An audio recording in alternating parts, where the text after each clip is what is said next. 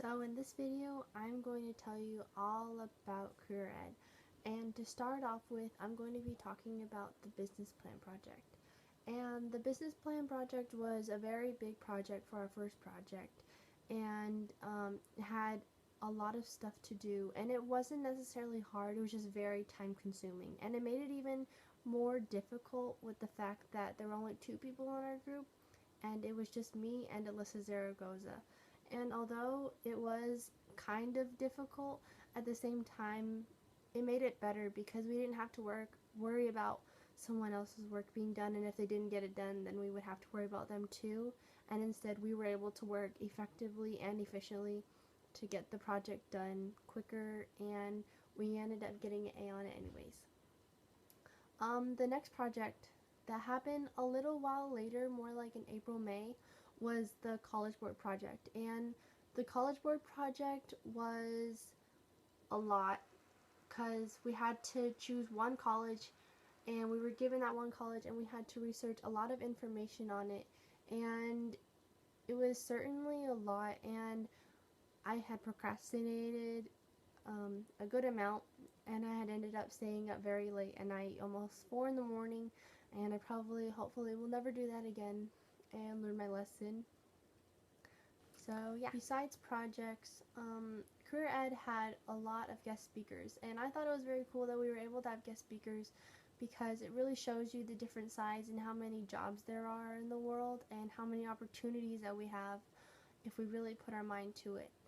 And although we had many guest speakers, the top 3 to 4 people who really made an impression on me were the men and women from the Navy and the Army, as well as the Air Force, and as well as a man who had made his own business.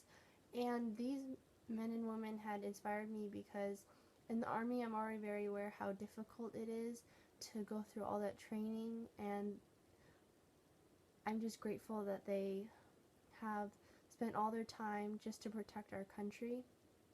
So that made a big impression on me. And the man who had created his own business had made an impression on me because I understand how hard it is and how much work you have to put in to become your own business owner. But it really showed me that if you really put your mind to something, then you can have your own business, and you can be your own owner. And I just really think that also left a great impression on me as well. Towards the beginning of spring, we also had to go through an etiquette unit, and I believe that the etiquette unit was a very good thing for us to have because it really shows you how much different and proper things there are when going possibly into a luncheon or an interview.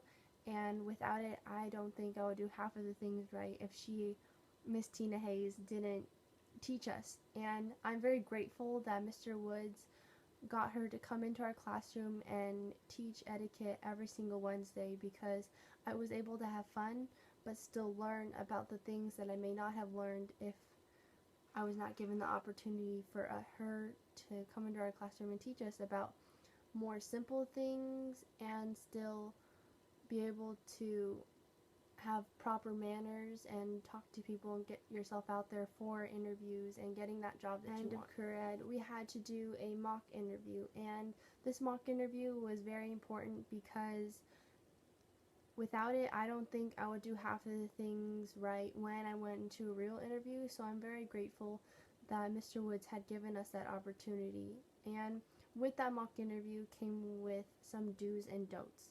And some do's were we were to dress appropriately, stay calm, be prepared, and take constructive criticism very professionally, because he did not want us to possibly be irrational and be upset with what they may say, because it's a lot better for them to tell us now instead of going into an interview and messing up and possibly not getting the job that you want.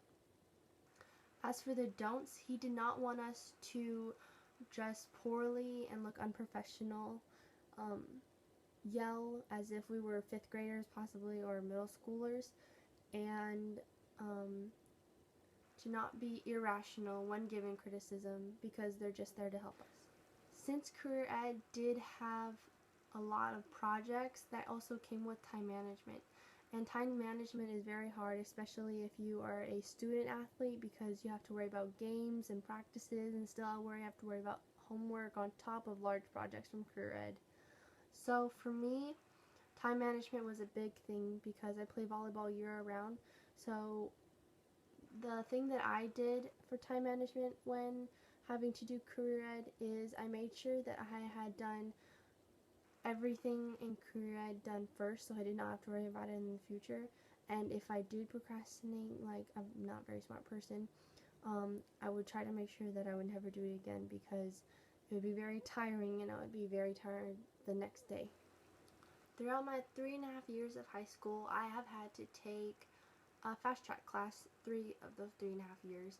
And although I didn't like it at all because I would hate having to wake up in the morning in the summer while all my friends were sleeping in who didn't go to my high school, and I wanted to be like them, going on adventures.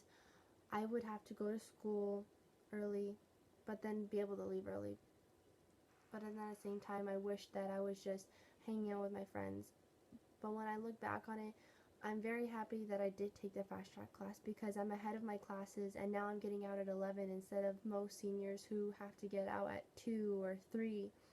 And I'm just very happy that although it did take a lot of time and it was tiring and boring because we spent 4 hours in one classroom, I'm very happy that I got it all over with and was still able to get out of my classes. Yeah.